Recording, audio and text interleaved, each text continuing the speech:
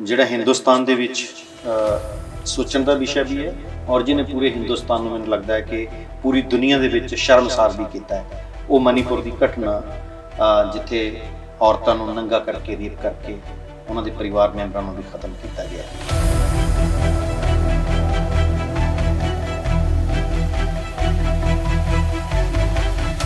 ਜਿਹੜੇ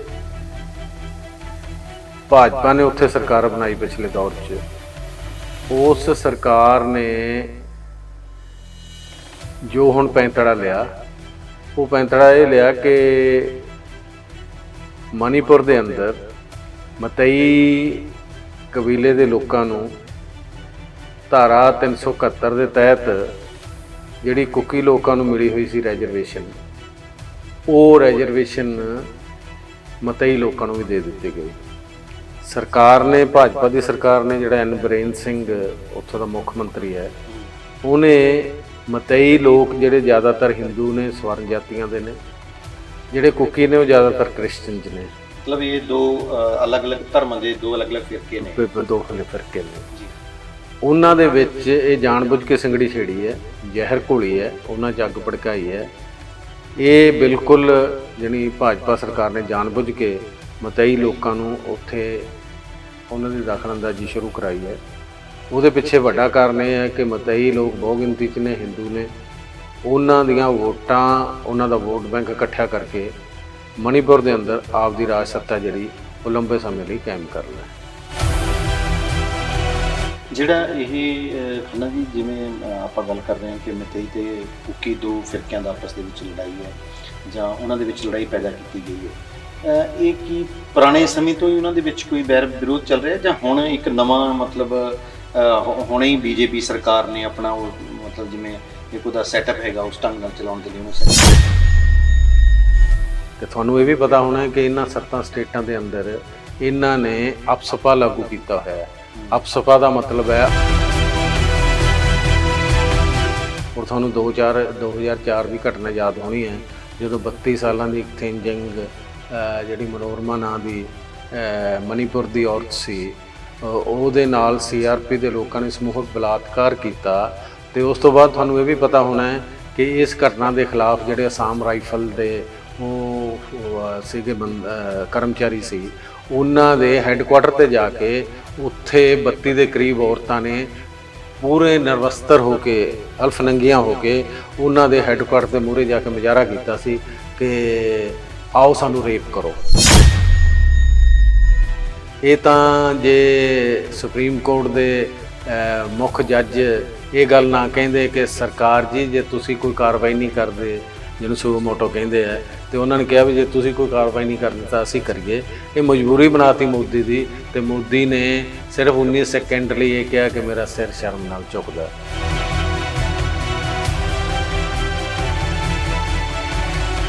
ਮਤਲਬ ਇੱਕ ਦਹਿਸ਼ਤ ਜਿਹੜੀ ਹੈਗੀ ਆ ਉਹ ਮਿਜ਼ੋਰਮ ਦੇ ਵਿੱਚ ਵੀ ਪੈਦਾ ਕੀਤੀ ਜਾ ਰਹੀ ਹੈ, ਜਿਵੇਂ ਉੱਥੋਂ ਵੀ ਜਿਹੜੇ ਮਤਈ ਫਿਰਕੇ ਦੇ ਲੋਕ ਸੀ ਉਹਨਾਂ ਨੇ ਪਲਾਨ ਕੀਤਾ ਹੈ ਉਹ ਮਣੀਪੁਰ ਨੂੰ ਆਏ।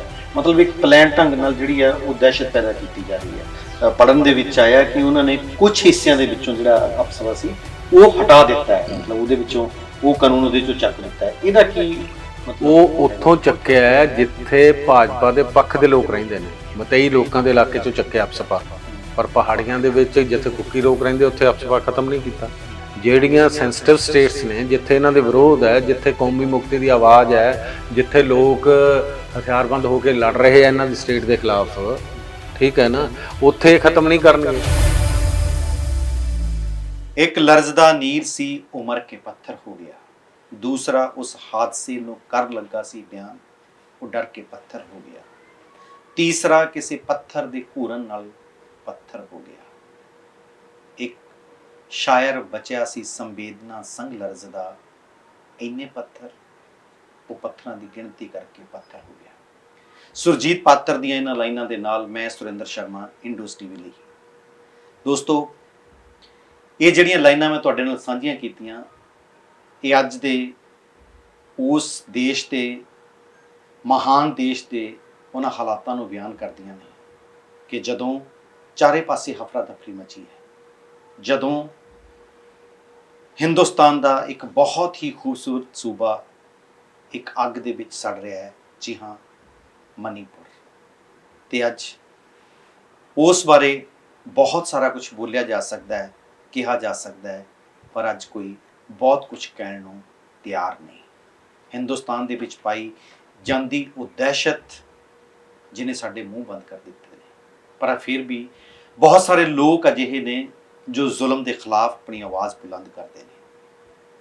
ਉਹ ਲੋਕ ਭਾਵੇਂ ਜਗਰਾਉਂ ਦੇ ਵਿੱਚ ਡੀਐਸਪੀ ਪੁਰੀ ਦਾ ਕਾਂਡ ਹੋਵੇ, ਜਿਹਨੇ ਇੱਕ ਨਾਬਾਲਗ ਬੱਚੀ ਨਾਲ ਰੇਪ ਕੀਤਾ, ਉਹ ਬੱਚੀ ਪ੍ਰੈਗਨੈਂਟ ਹੋਈ, ਭਾਵੇਂ ਸ਼ਰੂਤੀ ਕਾਂਡ ਹੋਵੇ ਫਰੀਦਕੋਟ ਦੇ ਵਿੱਚ, ਭਾਵੇਂ ਮਹਿਲ ਕਲਾਂ ਦੇ ਵਿੱਚ ਕਿਰਨਜੀਤ ਕੌਰ ਕਾਂਡ ਵਾਪਰਿਆ ਹੋਵੇ।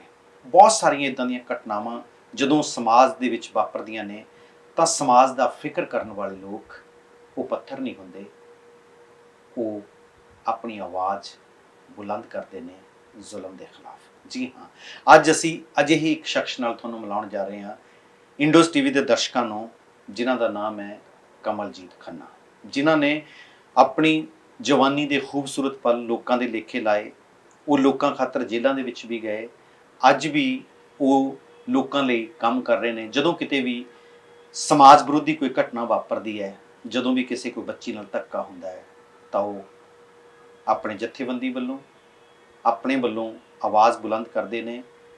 ਕਮਲਜੀਤ ਖੰਨਾ ਇਨਕਲਾਬੀ ਕੇਂਦਰ ਪੰਜਾਬ ਦੇ ਜਨਰਲ ਸਕੱਤਰ, ਪੰਜਾਬ ਲੋਕ ਸੱਭਿਆਚਾਰਕ ਮੰਚ ਦੇ ਜਨਰਲ ਸਕੱਤਰ। ਆਓ ਤੁਹਾਨੂੰ ਮਿਲਾਉਂਦੇ ਹਾਂ ਕਮਲਜੀਤ ਖੰਨਾ ਨਾਲ ਤੇ ਕੁਝ ਗੱਲਾਂ ਬਾਤਾਂ ਕਰਦੇ ਹਾਂ, ਸਵਾਲ ਜਵਾਬ ਨਹੀਂ, ਗੱਲਾਂ ਬਾਤਾਂ ਤੇ ਕੁਝ ਫਿਕਰ। ਕਮਲਜੀਤ ਖੰਨਾ ਜੀ, ਵੈਸੇ ਤਾਂ ਬਹੁਤ ਸਾਰੀਆਂ ਗੱਲਾਂ ਤੁਹਾਡੇ ਨਾਲ ਕਰਨ ਵਾਲੀਆਂ ਨੇ, ਪਰ ਅੱਜ ਜਿਹੜਾ ਭਖਵਾਂ ਮੁੱਦਾ ਬਿਲਕੁਲ ਸਾਹਮਣੇ ਆਇਆ ਔਰ ਪੂਰੇ ਜਿਹੜਾ ਹਿੰਦੁਸਤਾਨ ਦੇ ਵਿੱਚ ਸੋਚਣ ਦਾ ਵਿਸ਼ਾ ਵੀ ਹੈ, ਔਰ ਜਿਹਨੇ ਪੂਰੇ ਹਿੰਦੁਸਤਾਨ ਨੂੰ, ਮੈਨੂੰ ਲੱਗਦਾ ਹੈ ਕਿ ਪੂਰੀ ਦੁਨੀਆ ਦੇ ਵਿੱਚ ਸ਼ਰਮਸਾਰ ਵੀ ਕੀਤਾ ਹੈ, ਉਹ ਮਨੀਪੁਰ ਦੀ ਘਟਨਾ, ਜਿੱਥੇ ਔਰਤਾਂ ਨੂੰ ਨੰਗਾ ਕਰਕੇ, ਰੇਪ ਕਰਕੇ ਉਹਨਾਂ ਦੇ ਪਰਿਵਾਰ ਮੈਂਬਰਾਂ ਨੂੰ ਵੀ ਖਤਮ ਕੀਤਾ ਗਿਆ ਹੈ। ਇਸ ਤੋਂ ਪਹਿਲਾਂ ਕਿ ਆਪਾਂ ਘਟਨਾ ਬਾਰੇ ਗੱਲ ਕਰੀਏ, ਮੈਂ ਜਾਣਨਾ ਚਾਹੁੰਦਾ ਕਿ ਤੁਸੀਂ ਸਾਡੇ ਦਰਸ਼ਕਾਂ ਨੂੰ ਜਿਹੜੀ ਉਹ ਸਮੱਸਿਆ ਉੱਥੇ ਚੱਲ ਰਹੀ ਹੈ, ਦੋ ਫਿਰਕਿਆਂ ਦੇ ਵਿੱਚ ਜਿਹੜੀ ਲੰਬੇ ਸਮੇਂ ਤੋਂ ਸਮੱਸਿਆ ਚੱਲ ਰਹੀ ਹੈ, ਉਹਦਾ ਪਿਛੋਕੜ ਤੁਸੀਂ ਸਾਡੇ ਦਰਸ਼ਕਾਂ ਨਾਲ ਜ਼ਰੂਰ ਸਾਂਝਾ ਕਰੋ ਕਿ ਉਹ ਇਸ ਸਮੱਸਿਆ ਦੀ ਜੜ ਕਿੱਥੇ ਹੈ। ਇੱਥੇ ਤੱਕ ਜਦੋਂ ਇਹ ਗੱਲ ਪਹੁੰਚ ਗਈ ਹੈ ਕਿ ਇੰਨੀ ਬਰਬਰਤਾ ਨਾਲ ਉਹਨਾਂ ਔਰਤਾਂ ਨਾਲ ਧੱਕਾ ਤੇ ਉਹ ਭੀੜ ਬਣ ਕੇ ਲੋਕ ਤਮਾਸ਼ਾ ਦੇਖਦੇ ਰਹੇ, ਇੱਥੇ ਤੱਕ ਆਉਣ ਤੱਕ ਦਾ ਇਹਦਾ ਕੀ ਕਾਰਨ ਹੈ? ਇਹ ਜਿਹੜੀ ਸਮੱਸਿਆ ਹੈਗੀ ਉਹਦੀ ਜੜ ਕਿੱਥੇ ਹੈ? ਸੁਰਿੰਦਰ ਜੀ, ਜੋ ਸਾਡੇ ਦੇਸ਼ ਦੇ ਉੱਤਰ ਪੂਰਬ ਦੀਆਂ 7 ਸਟੇਟਾਂ ਨੇ ਜੀ, ਉਹਨਾਂ ਨੂੰ 7 ਭੈਣਾਂ ਵੀ ਕਿਹਾ ਜਾਂਦਾ, ਜਿਨ੍ਹਾਂ ਦੇ ਵਿੱਚ ਅਸਾਮ, ਮਿਜ਼ੋਰਮ, ਮੇਘਾਲਿਆ, ਤ੍ਰਿਪੁਰਾ, ਮਣੀਪੁਰ, ਉੱਤਰਾਂਚਲ ਪ੍ਰਦੇਸ਼, ਇਹ ਜਿਹੜੇ ਅਰੁਣਾਚਲ ਪ੍ਰਦੇਸ਼, ਇਹ ਜਿਹੜੇ 7 ਸੂਬੇ ਨੇ, ਇਹਨਾਂ ਦੇ ਵਿੱਚ ਮਣੀਪੁਰ ਹੈ ਜਿਹੜਾ ਇੱਕ ਬਹੁਤ ਛੋਟਾ ਜਿਹਾ ਸੂਬਾ ਹੈ, ਜਿਹਦਾ ਲਗਭਗ 10% ਹਿੱਸਾ ਮੈਦਾਨੀ ਹੈ, ਬਾਕੀ ਸਾਰਾ ਪਹਾੜੀ ਹੈ। ਉੱਥੇ ਵਰ੍ਹਿਆਂ ਤੋਂ 2 ਕਬੀਲੇ ਮੁੱਖ ਤੌਰ 'ਤੇ ਵਾਸਾ ਕਰਦੇ ਆ। ਇੱਕ ਨੂੰ ਮਤਈ ਕਹਿੰਦੇ ਨੇ, ਦੂਜੇ ਨੂੰ ਕੁਕੀ ਕਹਿੰਦੇ ਨੇ। ਮਤਈ ਦੀ ਗਿਣਤੀ ਹੈ ਜਿਹੜੀ ਉਹ ਲਗਭਗ 53% ਹੈ, ਔਰ ਜਿਹੜੇ ਕੁਕੀ ਨੇ ਉਹਨਾਂ ਦੀ ਗਿਣਤੀ ਲਗਭਗ 35% ਹੈ, ਔਰ ਬਾਕੀ ਨਾਗੇ ਨੇ।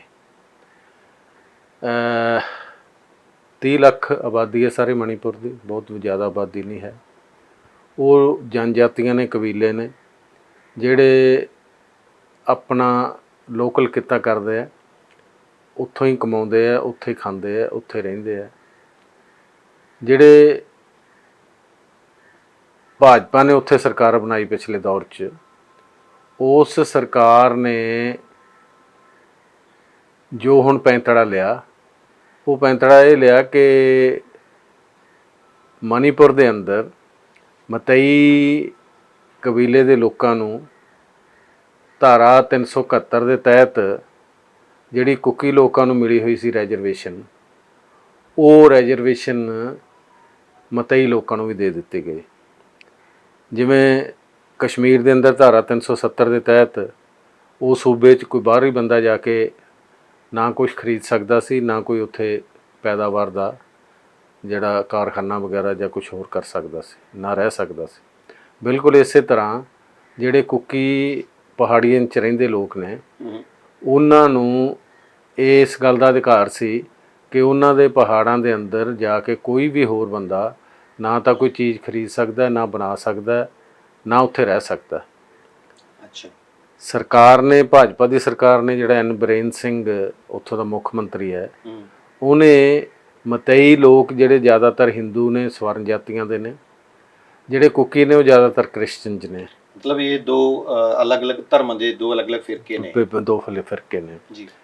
ਉਹਨਾਂ ਦੇ ਵਿੱਚ ਇਹ ਜਾਣਬੁੱਝ ਕੇ ਸੰਗੜੀ ਛੇੜੀ ਹੈ, ਜ਼ਹਿਰ ਘੋਲੀ ਹੈ, ਉਹਨਾਂ 'ਚ ਅੱਗ ਭੜਕਾਈ ਹੈ, ਅਤੇ ਉਹਨਾਂ ਦੀ ਇਹ ਰੈਜ਼ਰਵੇਸ਼ਨ ਜਾਂ ਉਹਨਾਂ ਦਾ ਜਿਹੜਾ ਹੱਕ ਸੀ ਕੁਕੀ ਲੋਕਾਂ ਦਾ, ਉਹ ਖ਼ਤਮ ਕਰਕੇ ਮਤਈ ਲੋਕਾਂ ਨੂੰ ਹੱਕ ਦਿੱਤਾ ਕਿ ਤੁਸੀਂ ਪਹਾੜਾਂ 'ਤੇ ਜਾ ਕੇ ਖਰੀਦ ਸਕਦੇ ਹੋ, ਪਲਾਟ ਖਰੀਦ ਸਕਦੇ ਹੋ, ਆਪਦਾ ਵਪਾਰ, ਆਪਦਾ ਕਿੱਤਾ, ਆਪਦਾ ਕਾਰੋਬਾਰ ਹੈ ਜਿਹੜਾ ਉਹ ਕਰ ਸਕਦੇ ਹੋ। ਇਸ ਗੱਲ ਨੇ ਕੁਕੀ ਲੋਕਾਂ 'ਚ ਭੜਕਾਹਟ ਪੈਦਾ ਕੀਤੀ। ਉਹਨਾਂ ਨੇ ਇਹਦਾ ਵਿਰੋਧ ਕੀਤਾ ਔਰ ਉਹਨਾਂ ਦੀ ਜਿਹੜੀ ਸਟੂਡੈਂਟ ਯੂਨੀਅਨ ਹੈ ਉਹਨੇ ਇਹਦੇ ਖਿਲਾਫ ਮੁਜ਼ਾਹਰੇ ਜਿਹੜੇ ਸ਼ੁਰੂ ਕੀਤੇ ਔਰ ਮਈ ਤੋਂ ਸ਼ੁਰੂ ਹੋਈ ਇਹ ਸਾਰੀ ਜਿਹੜਾ ਘਟਨਾਕ੍ਰਮ ਹੈ ਇਹ ਅਜੇ ਤੱਕ ਵੀ ਚੱਲ ਰਿਹਾ ਹੈ। ਪਹਾੜੀਆਂ ਦੇ ਅੰਦਰ ਜਿਵੇਂ ਛੱਤੀਸਗੜ੍ਹ ਦੇ ਵਿੱਚ, ਝਾਰਖੰਡ ਦੇ ਵਿੱਚ, ਤੇਲੰਗਾਨਾ ਦੇ ਵਿੱਚ ਧਰਤੀ ਦੇ ਹੇਠਾਂ ਜੰਗਲਾਂ 'ਚ ਖਣਿਜ ਪਦਾਰਥ ਨੇ, ਅਮੀਰ ਖਜ਼ਾਨੇ ਨੇ। ਬਿਲਕੁਲ ਇਸੇ ਤਰ੍ਹਾਂ ਮਣੀਪੁਰ ਦੀਆਂ ਉਹਨਾਂ ਪਹਾੜੀਆਂ ਦੇ ਹੇਠਾਂ ਵੀ ਵੱਡੀ ਪੱਧਰ 'ਤੇ ਜਿਹੜਾ ਖਣਿਜਾਂ ਦਾ ਸੋਮਾ ਹੈ। ਲੋਕ ਉੱਥੇ ਕੰਮ ਕਰਦੇ ਆ, ਉਹ ਖਣਿਜ ਪਦਾਰਥ ਕੱਢਦੇ ਆ, ਕੱਚਾ ਮਾਲ ਕੱਢਦੇ ਆ ਅਤੇ ਆਪਦੀ ਜਿਹੜੀ ਕਾਰੋਬਾਰ, ਆਪਦਾ ਕਿੱਤਾ ਜਿਹੜਾ ਉਹ ਕਰਦੇ ਆ। ਇਹ ਬਿਲਕੁਲ ਜਾਣੀ ਭਾਜਪਾ ਸਰਕਾਰ ਨੇ ਜਾਣਬੁੱਝ ਕੇ ਮਤਈ ਲੋਕਾਂ ਨੂੰ ਉੱਥੇ ਉਹਨਾਂ ਦੀ ਦਖਲਅੰਦਾਜ਼ੀ ਸ਼ੁਰੂ ਕਰਾਈ ਹੈ। ਉਹਦੇ ਪਿੱਛੇ ਵੱਡਾ ਕਾਰਨ ਇਹ ਹੈ ਕਿ ਮਤਈ ਲੋਕ ਬਹੁ ਗਿਣਤੀ 'ਚ ਨੇ, ਹਿੰਦੂ ਨੇ। ਉਹਨਾਂ ਦੀਆਂ ਵੋਟਾਂ, ਉਹਨਾਂ ਦਾ ਵੋਟ ਬੈਂਕ ਇਕੱਠਿਆ ਕਰਕੇ ਮਣੀਪੁਰ ਦੇ ਅੰਦਰ ਆਪਦੀ ਰਾਜ ਸੱਤਾ ਜਿਹੜੀ ਉਹ ਲੰਬੇ ਸਮੇਂ ਲਈ ਕਾਇਮ ਕਰਨਾ ਹੈ। ਔਰ ਇਸ ਸਿਆਸੀ ਬੇਈਮਾਨੀ ਨੇ, ਇਸ ਗੱਲ ਨੇ ਅੱਜ ਜਿੰਨੀ ਭੜਕਾਹਟ ਪੈਦਾ ਕੀਤੀ ਹੈ ਕਿ ਮਣੀਪੁਰ ਦੇ ਲਗਭਗ 150 ਦੇ ਪਿੰਡ ਕਰੀਬ ਲਗਭਗ ਖਤਮ ਹੀ ਹੋ ਗਏ, ਜਿਨ੍ਹਾਂ ਨੂੰ ਸਾੜ ਦਿੱਤਾ ਗਿਆ। ਔਰ ਪੁਲਿਸ ਦਾ ਉੱਥੋਂ ਦਾ ਰੋਲ, ਉੱਥੋਂ ਦੇ ਨੀਮ ਫੌਜੀ ਬਲਾਂ ਦਾ ਜਿਹੜਾ ਰੋਲ ਹੈ ਉਹ ਮਤਈ ਲੋਕਾਂ ਦੇ ਹੱਕ 'ਚ ਹੈ। ਉਹਨਾਂ ਨੇ ਖੁਦ ਉਹਨਾਂ ਨੂੰ ਹਥਿਆਰ ਦਿੱਤੇ ਨੇ ਔਰ ਉਹ ਹਥਿਆਰ ਲੈ ਕੇ ਉਹਨਾਂ ਜੰਗਲਾਂ 'ਚ ਗਏ ਨੇ, ਪਹਾੜੀਆਂ 'ਤੇ ਗਏ ਨੇ, ਉਹਨਾਂ ਦੇ ਘਰਾਂ 'ਤੇ ਹਮਲੇ ਕੀਤੇ ਨੇ, ਉਹਨਾਂ ਦੇ ਘਰਾਂ ਦਾ ਸਮਾਨ ਲੁੱਟਿਆ, ਉਹਨਾਂ ਦੀਆਂ ਔਰਤਾਂ ਨਾਲ ਬਲਾਤਕਾਰ ਕੀਤਾ, ਉਹਨਾਂ ਦੇ ਕਤਲ ਕੀਤੇ ਨੇ। 150 ਬੰਦਾ ਹੁਣ ਤੱਕ ਮਾਰ ਦਿੱਤਾ ਗਿਆ। 60,000 ਦੇ ਕਰੀਬ ਲੋਕ ਹੈ ਜਿਹੜੇ ਖਾਸ ਤੌਰ 'ਤੇ ਕੁਕੀ ਲੋਕ ਨੇ ਜਿਹੜੇ ਉਹ ਘਰੋਂ ਬੇਘਰ ਕਰ ਦਿੱਤੇ ਗਏ ਨੇ। ਉਹ 300 ਰਾਹਤ ਕੈਂਪਾਂ ਦੇ ਵਿੱਚ ਰਹਿ ਰਹੇ ਨੇ। ਵੱਡੀ ਗਿਣਤੀ 'ਚ ਲੋਕ ਹੈ ਜਿਹੜੇ ਜ਼ਖਮੀ ਹੋਏ ਨੇ। ਉੱਥੇ ਇੰਟਰਨੈੱਟ ਸੇਵਾ ਬੰਦ ਕਰ ਦਿੱਤੀ ਗਈ, ਜਿਹਦੇ ਨਾਲ ਲੋਕਾਂ ਨੂੰ ਇਨਫੋਰਮੇਸ਼ਨ ਹੀ ਨਹੀਂ ਮਿਲੀ, ਸੱਚਾਈ ਦਾ ਪਤਾ ਹੀ ਨਹੀਂ ਲੱਗਿਆ ਕਿ ਅੰਦਰ ਕੀ ਵਾਪਰ ਰਿਹਾ, ਕੀ ਧੁੱਖ ਰਿਹਾ, ਕੀ ਜਲ ਰਿਹਾ, ਕੌਣ ਮਰ ਰਿਹਾ, ਕੌਣ ਖਪ ਰਿਹਾ, ਕਿਹਦਾ ਕਿੰਨਾ ਨੁਕਸਾਨ ਹੋਇਆ। ਉਹਨਾਂ ਲੋਕਾਂ ਨੇ ਆਪਣੇ ਜਿਸਮ 'ਤੇ, ਆਪਣੇ ਹੱਡਾਂ 'ਤੇ ਉਹ ਸਾਰਾ ਕੁਛ ਜਿਹੜਾ ਬਰਦਾਸ਼ਤ ਕੀਤਾ ਹੈ। ਜਿਹੜਾ ਇਹ ਖੰਨਾ ਜੀ, ਜਿਵੇਂ ਆਪਾਂ ਗੱਲ ਕਰ ਰਹੇ ਹਾਂ ਕਿ ਮਤਈ ਅਤੇ ਕੁਕੀ ਦੋ ਫਿਰਕਿਆਂ ਦਾ ਆਪਸ ਦੇ ਵਿੱਚ ਲੜਾਈ ਹੈ ਜਾਂ ਉਹਨਾਂ ਦੇ ਵਿੱਚ ਲੜਾਈ ਪੈਦਾ ਕੀਤੀ ਗਈ ਹੈ, ਇਹ ਕੀ ਪੁਰਾਣੇ ਸਮੇਂ ਤੋਂ ਹੀ ਉਹਨਾਂ ਦੇ ਵਿੱਚ ਕੋਈ ਵੈਰ ਵਿਰੋਧ ਚੱਲ ਰਿਹਾ ਜਾਂ ਹੁਣ ਇੱਕ ਨਵਾਂ ਮਤਲਬ ਹੁਣੇ ਹੀ ਬੀਜੇਪੀ ਸਰਕਾਰ ਨੇ ਆਪਣਾ ਉਹ ਮਤਲਬ ਜਿਵੇਂ ਇੱਕ ਉਹਦਾ ਸੈਟਅਪ ਹੈਗਾ ਉਸ ਢੰਗ ਨਾਲ ਚਲਾਉਣ ਦੇ ਲਈ ਉਹਨੂੰ ਸੈੱਟ ਕੀਤਾ, ਕਿ ਪਹਿਲਾਂ ਵੀ ਇਹਨਾਂ ਦੀ ਕੋਈ ਆਪਸ ਦੇ ਵਿੱਚ? ਤੁਹਾਨੂੰ ਇਸ ਗੱਲ ਦੀ ਜਾਣਕਾਰੀ ਹੋਣੀ ਚਾਹੀਦੀ ਹੈ ਕਿ ਇਹ ਜਿਹੜੀਆਂ 7 ਸਟੇਟਾਂ ਨੇ ਜਿਨ੍ਹਾਂ ਨੂੰ ਉੱਤਰ ਪੂਰਬ ਦੀਆਂ ਸਟੇਟਾਂ ਕਹਿੰਦੇ ਆ, ਜਿਨ੍ਹਾਂ ਦੇ ਵਿੱਚ ਨਾਗਾਲੈਂਡ ਹੈ, ਮੀਜੋ ਨੇ, ਜਿਹ 'ਚ ਮੇਘਾਲਿਆ ਦੇ ਲੋਕ ਨੇ, ਤ੍ਰਿਪੁਰਾ ਦੇ ਲੋਕ ਨੇ, ਇਹ ਲੋਕ ਬਹੁਤ ਵਰ੍ਹਿਆਂ ਤੋਂ ਆਪਣੀ ਆਜ਼ਾਦੀ ਦੀ ਗੱਲ ਕਰ ਰਹੇ ਹੈ। ਕਿਉਂਕਿ ਜਿਹੜੀਆਂ ਨਾਗਾ ਕੌਮ ਹੈ, ਮੀਜੋ ਕੌਮ ਹੈ, ਮਣੀਪੁਰੀਏ ਨੇ, ਇਹ ਸਾਰੇ ਅੱਡ ਸਟੇਟ ਚਾਹੁੰਦੇ ਆ। ਜਿਵੇਂ ਕਸ਼ਮੀਰ ਅੱਡ ਸਟੇਟ ਚਾਹੁੰਦਾ, ਬਿਲਕੁਲ ਇਹ ਸਾਰੇ ਜਿਹੜੀਆਂ ਸਟੇਟਾਂ ਨੇ ਇਹਨਾਂ 'ਚ ਵਸਦੇ ਲੋਕ ਹੈ ਜਿਹੜੇ ਇਹ ਅੱਡ ਸਟੇਟ ਚਾਹੁੰਦੇ, ਅੱਡ ਦੇਸ਼ ਚਾਹੁੰਦੇ, ਅੱਡ ਰਾਜ ਭਾਗ ਚਾਹੁੰਦੇ ਆ। ਅਤੇ ਤੁਹਾਨੂੰ ਇਹ ਵੀ ਪਤਾ ਹੋਣਾ ਕਿ ਇਹਨਾਂ 7 ਸਟੇਟਾਂ ਦੇ ਅੰਦਰ ਇਹਨਾਂ ਨੇ ਅਪਸਪਾ ਲਾਗੂ ਕੀਤਾ ਹੋਇਆ ਹੈ। ਅਪਸਪਾ ਦਾ ਮਤਲਬ ਹੈ armed forces special power act. ਉਹ ਸਪੈਸ਼ਲ ਪਾਵਰ ਐਕਟ ਦਾ ਮਤਲਬ ਹੈ ਕਿ ਇੱਕ ਸਿਪਾਹੀ ਨੂੰ ਵੀ, ਇੱਕ ਕਾਂਸਟੇਬਲ ਨੂੰ ਵੀ ਇਸ ਗੱਲ ਦਾ ਰਾਈਟ ਹੈ, ਅਧਿਕਾਰ ਹੈ ਕਿ ਬਿਨਾਂ ਪੜਤਾਲ ਕੀਤੇ ਸ਼ੱਕ ਦੇ ਆਧਾਰ 'ਤੇ ਕਿਸੇ ਨੂੰ ਵੀ ਗੋਲੀ ਮਾਰ ਸਕਦਾ। ਔਰ ਤੁਹਾਨੂੰ 2004 ਦੀ ਘਟਨਾ ਯਾਦ ਹੋਣੀ ਹੈ ਜਦੋਂ 32 ਸਾਲਾਂ ਦੀ ਇੱਕ ਥਿੰਜਿੰਗ ਜਿਹੜੀ ਮਨੋਰਮਾ ਨਾਂ ਦੀ ਮਣੀਪੁਰ ਦੀ ਔਰਤ ਸੀ, ਉਹਦੇ ਨਾਲ CRP ਦੇ ਲੋਕਾਂ ਨੇ ਸਮੂਹਕ ਬਲਾਤਕਾਰ ਕੀਤਾ ਔਰ ਬਲਾਤਕਾਰ ਕਰਨ ਤੋਂ ਬਾਅਦ ਉਹਦੇ ਗੁਪਤ ਅੰਗਾਂ ਦੇ ਵਿੱਚ ਗੋਲੀਆਂ ਮਾਰ ਕੇ, ਜਿਹੜੀਆਂ 9 ਗੋਲੀਆਂ ਨਿਕਲੀਆਂ ਬਾਅਦ ਦੇ ਵਿੱਚ ਪੋਸਟਮਾਰਟਮ ਰਿਪੋਰਟ ਦੇ ਵਿੱਚ, ਉਹਦਾ ਕਤਲ ਕਰ ਦਿੱਤਾ ਸੀ। ਉਹਦੇ 'ਤੇ ਕਈ ਕਮੇਟੀਆਂ ਬਣੀਆਂ, ਕਿੰਨਾ ਹੀ ਰੌਲਾ ਪਿਆ। ਪਰ ਅਜੇ ਤੱਕ ਜਿਹੜੇ ਉਹ ਦੋਸ਼ੀ ਸੀ ਉਹਨਾਂ ਨੂੰ ਕੋਈ ਵੀ ਸਜ਼ਾ ਨਹੀਂ ਹੋਈ। ਨਹੀਂ ਠੀਕ ਹੈ। ਤੇ ਉਸ ਤੋਂ ਬਾਅਦ ਤੁਹਾਨੂੰ ਇਹ ਵੀ ਪਤਾ ਹੋਣਾ ਹੈ ਕਿ ਇਸ ਘਟਨਾ ਦੇ ਖਿਲਾਫ ਜਿਹੜੇ ਅਸਾਮ ਰਾਈਫਲ ਦੇ ਉਹ ਸੀਗੇ ਕਰਮਚਾਰੀ ਸੀ, ਉਹਨਾਂ ਦੇ ਹੈੱਡਕੁਆਟਰ ਤੇ ਜਾ ਕੇ ਉੱਥੇ 32 ਦੇ ਕਰੀਬ ਔਰਤਾਂ ਨੇ ਪੂਰੇ ਨਿਰਵਸਤਰ ਹੋ ਕੇ, ਅਲਫ ਨੰਗੀਆਂ ਹੋ ਕੇ ਉਹਨਾਂ ਦੇ ਹੈੱਡਕੁਆਟਰ ਦੇ ਮੂਹਰੇ ਜਾ ਕੇ ਮੁਜ਼ਾਹਰਾ ਕੀਤਾ ਸੀ ਕਿ ਆਓ ਸਾਨੂੰ ਰੇਪ ਕਰੋ। ਸ਼ਰਮ ਦਿੱਤੀ ਸੀ ਤੇ ਇਹ ਘਟਨਾ ਪੂਰੀ ਦੁਨੀਆ ਦੇ ਅੰਦਰ ਚਰਚਿਤ ਹੋਈ ਸੀ। ਇਹ ਘਟਨਾ ਪੂਰੀ ਦੁਨੀਆ ਦੇ ਵਿੱਚ ਚਰਚਿਤ ਹੋਈ ਸੀ ਤੇ ਬਹੁਤ ਸਾਰੇ ਲੋਕਾਂ ਨੇ ਸ਼ਰਮ ਵੀ ਮਹਿਸੂਸ ਕੀਤੀ ਸੀ, ਪਰ ਅਫਸੋਸ ਕਿ ਹਿੰਦੁਸਤਾਨ ਦੇ ਹਾਕਮਾਂ ਨੇ ਦਿੱਤੀ ਕੋਈ ਸ਼ਰਮ ਮਹਿਸੂਸ ਨਹੀਂ ਕੀਤੀ। ਹੁਣ ਸ਼ਰਮ ਮਹਿਸੂਸ ਕੀਤੀ ਹੈ। ਮੈਂ ਤਾਂ ਹੈਰਾਨਗੀ ਹੈ ਕਿ ਅਸੀਂ ਬਹੁਤ ਬਚਪਨ ਤੋਂ ਇੱਕ ਸਟੋਰੀ ਸੁਣਦੇ ਹੁੰਦੇ ਸੀ, ਤੁਸੀਂ ਵੀ ਸੁਣਦੇ ਹੋਵੋਗੇ, ਕਿ ਜਦੋਂ ਰੋਮ ਜਲ ਰਿਹਾ ਸੀ ਤਾਂ ਉੱਥੋਂ ਦਾ ਬਾਦਸ਼ਾਹ ਨੀਰੋ ਜਿਹੜਾ ਬੰਸਰੀ ਵਜਾ ਰਿਹਾ ਸੀ। ਤੇ ਬਿਲਕੁਲ ਇਸੇ ਤਰ੍ਹਾਂ ਸਾਡੇ ਦੇਸ਼ ਦਾ ਜਿਹੜਾ ਬਾਦਸ਼ਾਹ ਰਾਜਾ ਹੈ, ਠੀਕ ਹੈ, ਉਹਨੂੰ ਕੋਈ ਮਤਲਬ ਨਹੀਂ ਹੈ, ਕੋਈ ਸਰੋਕਾਰ ਨਹੀਂ ਹੈ। ਇਹ ਤਾਂ ਜੇ ਸੁਪਰੀਮ ਕੋਰਟ ਦੇ ਮੁੱਖ ਜੱਜ ਇਹ ਗੱਲ ਨਾ ਕਹਿੰਦੇ ਕਿ ਸਰਕਾਰ ਜੀ ਜੇ ਤੁਸੀਂ ਕੋਈ ਕਾਰਵਾਈ ਨਹੀਂ ਕਰਦੇ, ਉਹਨਾਂ ਨੇ ਖੁਦ ਇਹਦਾ ਸੰਗਿਆਨ ਲਿਆ ਘਟਨਾ ਦਾ, ਜਿਹਨੂੰ ਸੁਓ ਮੋਟੋ ਕਹਿੰਦੇ ਆ, ਤੇ ਉਹਨਾਂ ਨੇ ਕਿਹਾ ਵੀ ਜੇ ਤੁਸੀਂ ਕੋਈ ਕਾਰਵਾਈ ਨਹੀਂ ਕਰਦੇ ਤਾਂ ਅਸੀਂ ਕਰੀਏ। ਇਹ ਮਜਬੂਰੀ ਬਣਾਤੀ ਮੋਦੀ ਦੀ, ਤੇ ਮੋਦੀ ਨੇ ਸਿਰਫ 19 ਸੈਕਿੰਡ ਲਈ ਇਹ ਕਿਹਾ ਕਿ ਮੇਰਾ ਸਿਰ ਸ਼ਰਮ ਨਾਲ ਝੁਕਦਾ। ਤੇਰਾ ਸਿਰ ਹੀ ਨਹੀਂ ਹੈ, ਝੁਕਣਾ ਕਿੱਥੇ ਹੈ? ਜੇ ਤੇਰਾ ਸਿਰ ਹੁੰਦਾ ਤਾਂ ਕੀ ਮਣੀਪੁਰ ਦੇ ਅੰਦਰ ਇੰਨੀ ਅੱਗ ਬਲਦੀ, ਇੰਨਾ ਨੁਕਸਾਨ ਹੁੰਦਾ? ਤੇ 4 ਮਈ ਦੀ ਘਟਨਾ ਜਿਹੜੀ ਬਾਅਦ 'ਚ ਵਾਇਰਲ ਹੋਈ ਹੈ, ਪਹਿਲਾਂ ਵਾਇਰਲ ਹੋ ਸਕਦੀ ਸੀ ਕਿਉਂਕਿ ਇੰਟਰਨੈਟ ਉੱਥੇ ਬੰਦ ਸੀ, ਇਹ ਸੇਵਾਵਾਂ ਬੰਦ ਸੀ। ਤੇ ਜਦੋਂ ਵਾਇਰਲ ਹੋਈ ਹੈ, ਜਿਹਦੇ ਅੰਦਰ ਸਾਡੀਆਂ 2 ਧੀਆਂ, ਸਾਡੀਆਂ 2 ਮਣੀਪੁਰ ਬੱਚੀਆਂ ਜਿਹੜੀਆਂ, ਉਹਨਾਂ ਨੂੰ ਨਿਰਵਸਤਰ ਕਰਕੇ ਸੜਕਾਂ ਤੇ ਤੋਰਿਆ ਗਿਆ, ਪਹਿਲਾਂ ਉਹਨਾਂ ਦੇ ਨਾਲ ਸਮੂਹਕ ਬਲਾਤਕਾਰ ਕੀਤਾ ਗਿਆ। ਜੀ ਮੈਂ ਖੰਨਾ ਜੀ ਉਸੇ ਗੱਲ ਤੇ ਆ ਰਿਹਾ ਸੀ ਕਿ ਆਪਾਂ ਆਪਣੇ ਦਰਸ਼ਕਾਂ ਨੂੰ ਇਹ ਗੱਲ ਜ਼ਰੂਰ ਦੱਸੀਏ। ਹਾਲਾਂਕਿ ਇਹ ਗੱਲ ਮੈਨੂੰ ਲੱਗਦਾ ਕਿ ਬਹੁਤ ਸਾਰੀ ਦੱਸਣ ਵਾਲੀ ਨਹੀਂ, ਜਿਹੜੇ ਸਜਗ ਲੋਕ ਨੇ, ਜਾਣਨ ਵਾਲੇ ਲੋਕ ਨੇ, ਥੋੜ੍ਹੇ ਜਿਹੇ ਚੇਤਨ ਲੋਕ ਨੇ, ਜਿਹੜੇ ਮਾੜਾ ਮੋਟਾ ਵੀ ਇਨਸਾਨੀਅਤ ਨਾਲ ਔਰ ਆਪਣੇ ਹਿੰਦੁਸਤਾਨ ਨਾਲ ਸਰੋਕਾਰ ਰੱਖਦੇ ਨੇ, ਉਹਨਾਂ ਨੂੰ ਇਸ ਗੱਲ ਦਾ ਪਤਾ ਹੈ। ਬਟ ਜਦੋਂ ਇਹ ਘਟਨਾ ਨਿਕਲ ਕੇ ਸਾਹਮਣੇ ਆਈ ਹੈ, ਜਿਹਨੇ ਸਾਰੀ ਦੁਨੀਆ ਦੇ ਵਿੱਚ ਹਿੰਦੁਸਤਾਨ ਨੂੰ ਸ਼ਰਮਸਾਰ ਕੀਤਾ, ਔਰ ਅਮਰੀਕਾ ਵਰਗੇ ਮੁਲਕਾਂ ਦੇ ਵਿੱਚ ਉਹਨਾਂ ਨੇ ਇੱਕ ਲਾਹਨਤ ਪਾਈ ਹੈ ਹਿੰਦੁਸਤਾਨ ਵਰਗੇ ਮੁਲਕ ਨੂੰ ਕਿ ਇਹ ਇੱਦਾਂ ਦੀਆਂ ਘਟਨਾ ਵੀ ਵਾਪਰ ਸਕਦੀਆਂ। ਇਹ ਸਾਰੀ ਘਟਨਾ ਕੀ ਵਾਪਰੀ ਹੈ, ਕਿਵੇਂ ਘਟਨਾਕ੍ਰਮ ਹੋਇਆ, ਉਹ ਤੁਸੀਂ ਵਿਸਥਾਰ ਨਾਲ ਦੱਸੋ ਸਾਨੂੰ। ਘਟਨਾਕ੍ਰਮ ਤਾਂ ਜਗ ਜ਼ਾਹਰ ਹੋ ਗਿਆ, ਕਿਉਂਕਿ ਵੀਡੀਓ ਜਦੋਂ ਵਾਇਰਲ ਹੋਈ ਹੈ, ਭਾਵੇਂ ਕਿ ਬਾਅਦ ਦੇ ਵਿੱਚ ਕੋਰਟ ਦੇ ਆਰਡਰ ਨੇ ਕਿ ਇਸ ਕਿਸਮ ਦੀ ਵੀਡੀਓ ਜਿਹੜੀ ਆਪਾਂ ਸੋਸ਼ਲ ਮੀਡੀਆ 'ਤੇ ਨਹੀਂ ਚਲਾ ਸਕਦੇ, ਪਰ ਬਹੁਤ ਦੁਨੀਆ ਨੇ ਉਹ ਵੇਖੀ ਹੈ ਔਰ ਵੇਖ ਕੇ ਉਹਨਾਂ ਦਾ ਅੰਦਰ ਹਿੱਲਿਆ। ਔਰ ਜਿਸ ਕਿਸਮ ਦੇ ਨਾਲ ਉਹਨਾਂ ਦੇ ਨਾਲ ਬੱਚੀਆਂ ਦੇ ਨਾਲ ਵਿਹਾਰ ਕੀਤਾ ਜਾ ਰਿਹਾ ਹੈ, ਭੀੜ ਹੱਸ ਰਹੀ ਹੈ, ਭੀੜ ਤਾੜੀਆਂ ਮਾਰ ਰਹੀ ਹੈ, ਔਰ ਉਹ ਰੋ ਰਹੀਆਂ, ਕੁਰਲਾ ਰਹੀਆਂ ਕਿ ਸਾਨੂੰ ਛੱਡ ਦਿਓ, ਸਾਨੂੰ ਛੱਡ ਦਿਓ। ਤੇ ਇਹਦੇ ਬਾਵਜੂਦ ਤੁਰੇ ਜਾਂਦੇ ਜਿਹੜੇ ਐਂ ਕਹਿ ਲਈਏ ਵੀ ਸੰਵੇਦਨਹੀਨ ਜਿਹੜੇ ਲੋਕ ਨੇ, ਉਹਨਾਂ ਦੇ ਗੁਪਤ ਅੰਗਾਂ ਦੇ ਨਾਲ ਛੇੜਖਾਨੀਆਂ ਕਰ ਰਹੇ ਹੈ। ਤੇ ਕਹਿਣਾ ਹੁੰਦੀ ਹੈ, ਇਸ ਦੇਸ਼ ਨੂੰ ਆਪਣਾ ਦੇਸ਼ ਕਹਿਣ ਲੱਗਿਆ, ਕਿ ਸਾਡੇ ਮੁਲਕ ਦੇ ਅੰਦਰ ਜਿੱਥੇ ਕੰਜਕਾਂ ਪੂਜੀਆਂ ਜਾਂਦੀਆਂ, ਜਿੱਥੇ ਕਿੰਨੀਆਂ ਹੀ ਮਾਤਾਵਾਂ ਦੀ ਪੂਜਾ ਕੀਤੀ ਜਾਂਦੀ ਹੈ, ਜਿੱਥੇ ਮਾਂ ਨੂੰ ਜਗ ਜਨਨੀ ਕਿਹਾ ਜਾਂਦਾ ਹੈ, ਉਹ ਤੁਹਾਡਾ ਹੱਥ ਨਹੀਂ ਟੁੱਟ ਗਿਆ? ਤੁਸੀਂ ਇੱਕ ਨਿਰਵਸਤਰ ਬੱਚੀ ਨੂੰ, ਬੇਵਸ ਬੱਚੀ ਨੂੰ ਤੁਸੀਂ ਇਸ ਕਿਸਮ ਦੇ ਨਾਲ ਜਲੀਲ ਕਰ ਰਹੇ ਹੋ। ਤੁਹਾਡੇ ਹੱਥ ਟੁੱਟ ਜਾਣੇ ਚਾਹੀਦੇ ਸੀ, ਤੁਹਾਨੂੰ ਸ਼ਰਮ ਦੇ ਨਾਲ ਡੁੱਬ ਕੇ ਮਰ ਜਾਣਾ ਚਾਹੀਦਾ ਸੀ। ਪਰ ਮੈਂ ਇੱਥੇ ਕਹਿਣਾ ਚਾਹੂੰਗਾ ਕਿ ਸਾਰੇ ਕਾਸੇ ਦਾ ਜ਼ਿੰਮੇਵਾਰ ਹਿੰਦੁਸਤਾਨ 'ਚ ਰਾਜ ਕਰ ਰਹੀ 9 ਸਾਲ ਤੋਂ ਜਿਹੜੀ ਰਾਜ ਕਰ ਰਹੀ ਪਾਰਟੀ ਹੈ, ਭਾਰਤੀ ਜਨਤਾ ਪਾਰਟੀ, ਉਹਦੀਆਂ ਨੀਤੀਆਂ ਜ਼ਿੰਮੇਵਾਰ ਨੇ। ਕਿਉਂਕਿ ਜਿਹੜੇ ਢੋਰ, ਪਸ਼ੂ, ਗੰਵਾਰ, ਘੋੜੇ ਨੂੰ ਤਾੜਨ ਦੇ ਅਧਿਕਾਰੀ ਸਮਝਦੇ ਹੋਣ, ਸਭ ਤਾੜਨ ਕੇ ਅਧਿਕਾਰੀ, ਤਾਂ ਇਹਦਾ ਮਤਲਬ ਉਹ ਮਨੁਸਮ੍ਰਿਤੀ ਹਿੰਦੁਸਤਾਨ 'ਚ ਲਾਗੂ ਕਰਨਾ ਚਾਹੁੰਦੇ ਆ। ਪਰ ਤੁਸੀਂ ਹੈਰਾਨ ਹੋਵੋਗੇ ਇਸ ਗੱਲ ਤੋਂ ਕਿ ਇਸ ਘਟਨਾ ਤੋਂ ਬਾਅਦ ਮੋਦੀ ਸਿਰਫ ਜਿੰਨਾ ਕੁ ਬੋਲਿਆ, ਉਦੋਂ ਪਹਿਲਾਂ ਅਮਿਤ ਸ਼ਾਹ 4 ਦਿਨ ਦਾ ਟੂਰ ਲਾ ਕੇ ਆਇਆ ਮਣੀਪੁਰ ਦੇ ਅੰਦਰ, ਕਿੰਨੀਆਂ ਮੀਟਿੰਗਾਂ ਕੀਤੀਆਂ, ਕਿੰਨੀਆਂ ਥਾਵਾਂ 'ਤੇ ਗਿਆ, ਉਹਨੂੰ ਇਸ ਘਟਨਾ ਦਾ ਪਤਾ ਨਹੀਂ ਲੱਗਿਆ। 18 ਮਈ ਨੂੰ ਇਹਦੀ FIR ਦਰਜ ਹੋਈ ਹੈ।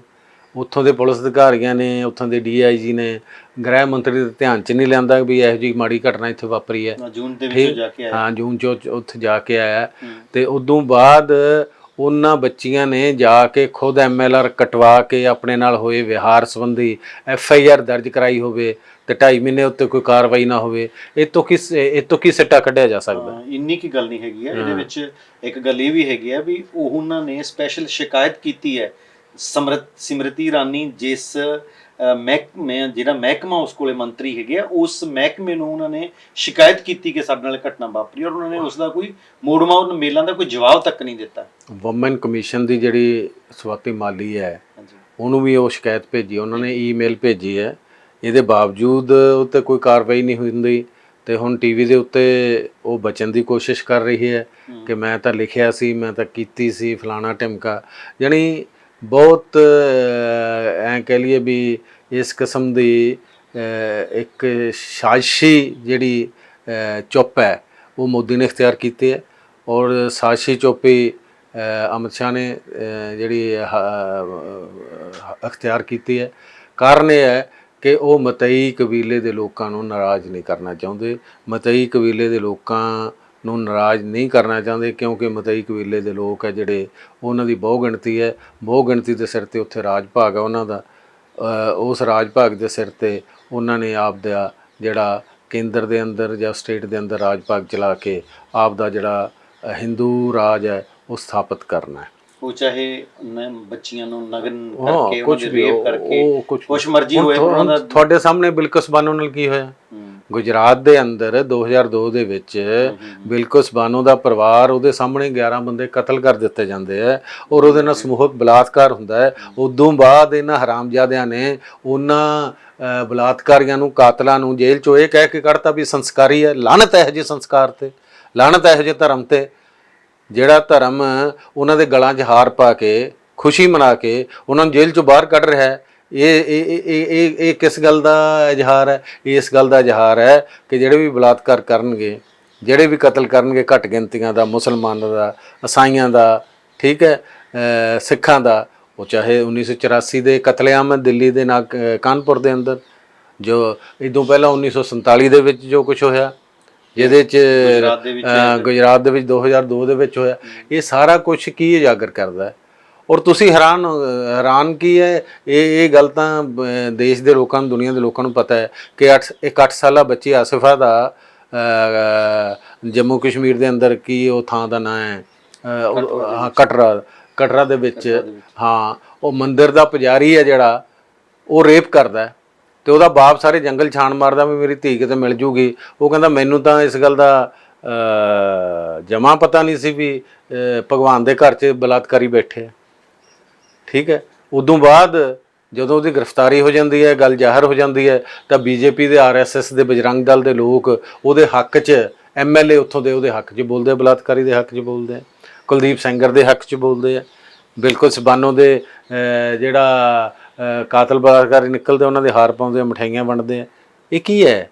ਇਹ ਸਾਰਾ ਇਹ ਜ਼ਾਹਰ ਕਰਨ ਵਾਲਾ ਹੈ ਕਿ ਅਸੀਂ ਦੇਸ਼ ਦੇ ਅੰਦਰ ਧਾਰਮਿਕ ਘੱਟ ਗਿਣਤੀਆਂ ਨੂੰ ਇੱਥੋਂ ਉਹਨਾਂ ਦਾ ਸਫਾਇਆ ਕਰਨਾ, ਉਹਨਾਂ ਨੂੰ ਇੱਥੋਂ ਕੱਢਣਾ, ਇੱਥੋਂ ਕੱਢ ਕੇ ਸਿਰਫ ਹਿੰਦੂ ਰਾਸ਼ਟਰ ਬਣਾਉਣਾ। ਔਰ ਮੋਹਨ ਭਾਗਵਤ ਦੀ RSS ਦਾ ਜੋ ਉਹ ਜਿਹੜੇ ਸੱਪ ਬੈਠੇ ਨੇ ਨਾਗਪੁਰ ਦੇ ਅੰਦਰ, ਉਹਨਾਂ ਦਾ ਇਹ ਕਹਿਣਾ ਹੈਗਾ ਕਿ 800 ਸਾਲ ਬਾਅਦ ਸਾਡਾ ਹਿੰਦੂਆਂ ਦਾ ਰਾਜ ਆਇਆ ਚੰਦਰਗੁਪਤ ਮੌਰਿਆ ਤੋਂ ਬਾਅਦ, ਤੇ ਉਹ ਰਾਜ ਜਿਹੜਾ ਆਇਆ ਹੈ ਅਸੀਂ ਉਹਨੂੰ ਇੰਨੀ ਜਲਦੀ ਨਹੀਂ ਗਵਾਉਣਾ ਚਾਹੁੰਦੇ, ਅਸੀਂ ਉਹਨੂੰ ਕਾਇਮ ਰੱਖਣਾ ਚਾਹੁੰਦੇ ਹਾਂ। ਹੁਣ ਮੈਂ ਤੁਹਾਡੇ ਨਾਲ ਇੱਕ ਬਹੁਤ ਹੋਰ ਮਹੱਤਵਪੂਰਨ ਮੁੱਦੇ 'ਤੇ ਗੱਲ ਕਰਾਂ ਕਿ ਜਿਹੜਾ ਮੋਦੀ ਹਕੂਮਤ ਯੂਨੀਫਾਰਮ ਸਿਵਲ ਕੋਡ ਲੈ ਕੇ ਆ ਰਹੀ ਹੈ, ਉਹ ਵੀ ਇਸੇ ਨਜ਼ਰੀਏ ਤੋਂ ਹੈ। ਔਰ ਲੋਕਾਂ ਦੇ ਧਿਆਨ 'ਚ ਹੋਊਗਾ, ਦੇਸ਼ ਦੁਨੀਆ ਦੇ ਲੋਕਾਂ ਦੇ ਧਿਆਨ 'ਚ ਹੋਊਗਾ ਕਿ ਸ਼ਹੀਨ ਬਾਗ ਦੇ ਅੰਦਰ ਜਿਹੜੀਆਂ ਦਾਦੀਆਂ ਨਾਨੀਆਂ ਸਾਡੀਆਂ ਲੜੀਆਂ ਸੀ, ਉਦੋਂ ਲੰਬਾ ਅਰਸਾ ਦਿਨ ਰਾਤ ਬੈਠ ਕੇ ਉਹਨਾਂ ਨੇ ਧਰਨੇ ਮੁਜ਼ਾਹਰੇ ਕੀਤੇ ਸੀ, ਉਹ ਕਿਸ ਕਾਨੂੰਨ ਦੇ ਖਿਲਾਫ ਸੀ? ਦੇਸ਼ ਭਰ ਦੇ ਅੰਦਰ ਅਸੀਂ ਲੋਕਾਂ ਨੇ ਉਸ ਕਾਨੂੰਨ ਦੇ ਖਿਲਾਫ ਇੱਕ ਵੱਡਾ ਜਿਹਾਦ ਖੜਾ ਕੀਤਾ ਸੀ। ਨਾਗਰਿਕਤਾ ਸੋਧ ਕਾਨੂੰਨ ਹੈ ਜਿਹੜਾ ਨਵਾਂ ਇਹਨਾਂ ਨੇ ਨਾਗਰਿਕਤਾ ਦਾ ਰਜਿਸਟਰ ਬਣਾਉਣਾ ਸੀ, NRC ਬਣਾਉਣਾ ਸੀ, ਉਹ ਤਾਂ ਭਲਾ ਹੋਵੇ ਕਿਸਾਨ ਅੰਦੋਲਨ ਦਾ ਜਿਹਨੇ ਉਹ ਰੱਥ ਨੂੰ ਮੋੜ ਦਿੱਤਾ। ਉਹ ਵੀ ਤਾਂ ਇਹੀ ਸੀ ਨਾ ਕਿ ਅਸੀਂ ਇਸ ਦੇਸ਼ ਦੇ ਵਿੱਚੋਂ ਇੱਕ ਨਵਾਂ ਨਾਗਰਿਕ ਰਜਿਸਟਰ ਬਣਾ ਕੇ ਜਿਹੜੀਆਂ ਘੱਟ ਗਿਣਤੀਆਂ ਉਹਨਾਂ ਦੀ ਨਾਗਰਿਕਤਾ ਖਤਮ ਕਰਨੀ, ਉਹਨਾਂ ਦੇ ਸਾਰੇ ਅਧਿਕਾਰ ਖਤਮ ਕਰਨੇ ਆ, ਅਤੇ ਉਹਨਾਂ ਨੂੰ ਵੱਡੇ ਕੰਸਨਟ੍ਰੇਸ਼ਨ ਕੈਂਪਾਂ ਦੇ ਵਿੱਚ, ਤਸੀਹਾ ਕੇਂਦਰਾਂ ਦੇ ਵਿੱਚ ਬੰਦ ਕਰਕੇ ਉਹਨਾਂ ਨੂੰ ਤੜਪਾ ਕੇ ਮਾਰਨਾ, ਜਿਵੇਂ ਹਿਟਲਰ ਨੇ ਯਹੂਦੀ ਮਾਰੇ ਸੀ। ਇਹ ਹਿਟਲਰ ਦੀ ਔਲਾਦ ਹੈ। RSS ਔਰ BJP ਇੰਨੇ ਖਤਰਨਾਕ ਇਹ ਲੋਕ ਨੇ।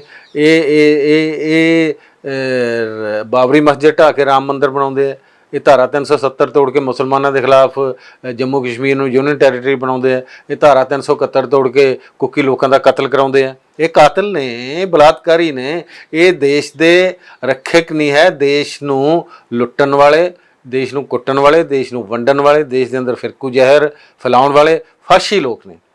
ਇੱਕ ਤੁਸੀਂ ਗੱਲ ਕੀਤੀ ਹੈ ਖੰਨਾ ਜੀ, ਜਿਹੜੀ UCC ਦੀ, ਮੈਂ ਚਾਹੁੰਦਾ ਕਿ ਆਪਾਂ ਆਪਣੇ ਦਰਸ਼ਕਾਂ ਨੂੰ ਸਿਰਫ 1-2 ਲਾਈਨਾਂ ਦੇ ਵਿੱਚ ਇਹਦੇ ਬਾਰੇ ਵੀ ਕਲੀਅਰ ਕਰੀਏ ਕਿ ਇਹ ਕੀ ਭਲਾ ਜਿਹੜੀ ਇੱਕ ਨਵੇਂ ਰੂਪ ਦੇ ਵਿੱਚ BJP ਸਰਕਾਰ ਜਿਹੜੀ ਹੈਗੀ ਆ, BJP ਸਰਕਾਰ ਪਿਛਲੇ 9 ਸਾਲਾਂ ਤੋਂ ਕੋਸ਼ਿਸ਼ ਕਰ ਰਹੀ ਹੈ ਕਿ ਇਸ ਦੇਸ਼ ਦੇ ਅੰਦਰ ਇੱਕ ਧਰਮ, ਇੱਕ ਰਾਜ, ਇੱਕ ਪੁਲਿਸ, ਇੱਕ ਕਾਨੂੰਨ, ਇੱਕ ਪੜ੍ਹਾਈ, ਇੱਕ ਵਿੱਦਿਆ, ਇਹ ਸਾਰਾ ਕੁਝ ਲਾਗੂ ਹੋਵੇ। ਇੱਕ ਭਾਸ਼ਾ ਹੋਵੇ ਜਿਹਦੇ 'ਚ ਉਹ ਪੜ੍ਹਾਈ ਸਾਡੇ ਸਿਲੇਬਸ ਦੇ ਅੰਦਰ ਪਛਾਖੜੀ ਗੱਲਾਂ ਲਿਆ ਕੇ, ਪਛਾਖੜੀ ਜਿਹੜੀਆਂ ਕਾਲਪਨਿਕ ਗੱਲਾਂ ਉਹ ਲਿਆ ਕੇ ਸਾਨੂੰ 200 ਸਾਲ ਪਿੱਛੇ ਲੈ ਜਾ ਰਹੀ ਹੈ। ਸਾਡੇ ਸਿਲੇਬਸਾਂ ਦੇ ਅੰਦਰ ਉਹ ਘੁਸਪੈਠ ਕਰ ਰਹੀ ਹੈ, ਉਹਨੂੰ ਤੋੜ ਮਰੋੜ ਰਹੀ ਹੈ, ਬਹੁਤ ਖਤਰਨਾਕ ਕੰਮ ਕਰ ਰਹੀ ਹੈ। ਔਰ ਇਸ ਦੇਸ਼ ਦੇ ਅੰਦਰ ਉਹਨੇ NIA ਬਣਾਈ ਹੈ, ਨੈਸ਼ਨਲ ਇਨਵੈਸਟੀਗੇਸ਼ਨ ਏਜੰਸੀ।